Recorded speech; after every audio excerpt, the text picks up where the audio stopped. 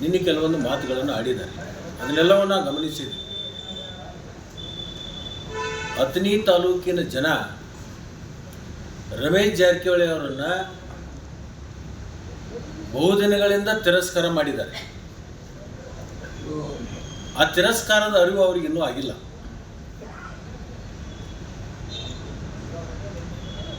ಅವ್ರಿಗೆ ಏನಾದರೂ ಮಾನ ಮರ್ಯಾದೆ ಗೌರವ ಅನ್ನುವಂಥದ್ದು ಗೊತ್ತಿದ್ರೆ ನಿಜವಾಗ್ಲೂ ನಮ್ಮ ತಾಲೂಕದೊಳಗೆ ಕಾಲು ಹಾಕ್ಬಾರ್ದು. ಅಷ್ಟು ದೊಡ್ಡ ಪ್ರಮಾಣದಲ್ಲಿ ಅವಮಾನವನ್ನು 23ರಾಗೂ ಮಾಡಿದ್ದಾರೆ ಜನ. ಮೊನ್ನೆ ನಮ್ಮ ಜಿಲ್ಲಾ ಮಧ್ಯವರ್ತಿ ಬ್ಯಾಂಕಿನ ಚುನಾವಣೆಯಲ್ಲಿ ಕೂಡ ಮಾಡಿದ್ದಾರೆ. ಯಾರು ಜಾಣರಿರ್ತಾರೆ, ಯಾರು ಬುದ್ಧಿಜೀವಿಗಳಿರ್ತಾರೋ ಅಂಥವ್ರಿಗೂ ಎಲ್ಲ ಸೂಕ್ಷ್ಮತೆಗಳ ಅರ್ಥ ಆಗುತ್ತೆ.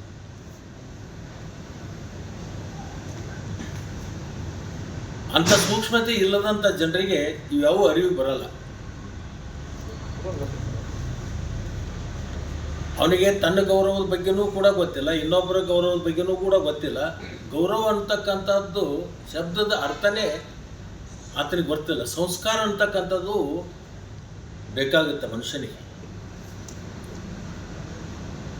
ಆ ಸಂಸ್ಕಾರ ಇಲ್ಲದಂಥ ಸಂದರ್ಭದಲ್ಲಿ ಇಂಥವೆಲ್ಲವೂ ಮಾತಾಡ್ತಾರೆ.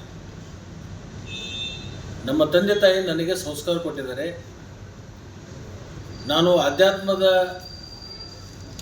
ಹಿನ್ನೆಲೆ ಇರ್ತಕ್ಕಂಥ ನಮ್ಮ ಮನೆತನ. ಅದರಿಂದ ಪ್ರತಿಯೊಂದು ಶಬ್ದಗಳನ್ನು ಹೊರಗೆ ಹಾಕುವಂತಾಗ ನಾನು ಆಲೋಚನೆ ಮಾಡಿ ಶಬ್ದಗಳನ್ನು ಬಿಡ್ತೀನಿ. ನನಗೆ ನನ್ನ ಗುರು ಹಿರಿಯರು, ನಮ್ಮ ತಂದೆ ತಾಯಿ ಸಂಸ್ಕಾರ ಕೊಟ್ಟಿದ್ದಾರೆ. ಅದರಿಂದ ಮೆಂಟಲ್ ಥರ ನಾನು ಮಾತಾಡೋಕ್ಕೆ ಹೋಗಲ್ಲ.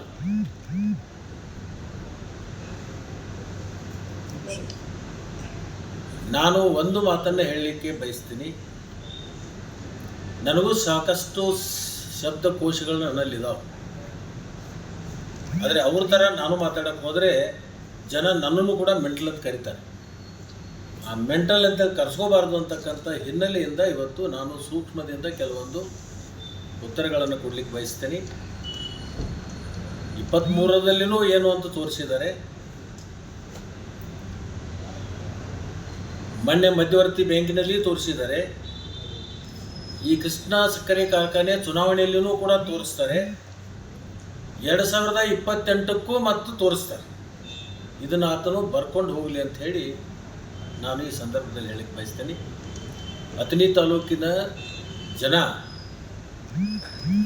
ಭಾಳ ಸೂಕ್ಷ್ಮ ಮತಿಯನ್ನು ಹೊಂದಿರತಕ್ಕಂಥವ್ರು ಮತ್ತು ಅತ್ಯಂತ ಬುದ್ಧಿಜೀವಿಗಳಿರ್ತಕ್ಕಂಥ ನಾಡು. ಯಾರು ಯಾರಿಂದ ಏನು ಬುದ್ಧಿ ಕಲಿಬೇಕು ಅಂತಕ್ಕಂಥದ್ದು ಅವಶ್ಯಕತೆ ನಮ್ಮ ತಾಲೂಕಿನ ಜನರಿಗಿಲ್ಲ. ಶಿವಯೋಗಿಗಳ ನಾಡು, ಪುಣ್ಯ ಭೂಮಿ. ಈ ಪುಣ್ಯ ಭೂಮಿಯಲ್ಲಿ ಜನಿಸಿರ್ತಕ್ಕಂಥ ಜನ ಭಾಳ ಸೂಕ್ಷ್ಮ ಮತಿಗಳಿರೋದ್ರಿಂದ ಯಾವ ಕಾಲಕ್ಕೆ ಯಾವ ಸಂದರ್ಭಕ್ಕೆ ಯಾರಿಗೆ ಯಾವ ಥರದಿಂದ ಉತ್ತರವನ್ನು ಕೊಡಬೇಕು ಆ ಥರದಿಂದ ಉತ್ತರ ನಮ್ಮ ತಾಲೂಕಿನ ಜನ ಹಿಂದೂ ಕೊಟ್ಟಿದ್ದಾರೆ, ಈಗೂ ಕೊಡ್ತಾರೆ, ಮುಂದೂ ಕೊಡ್ತಾರೆ.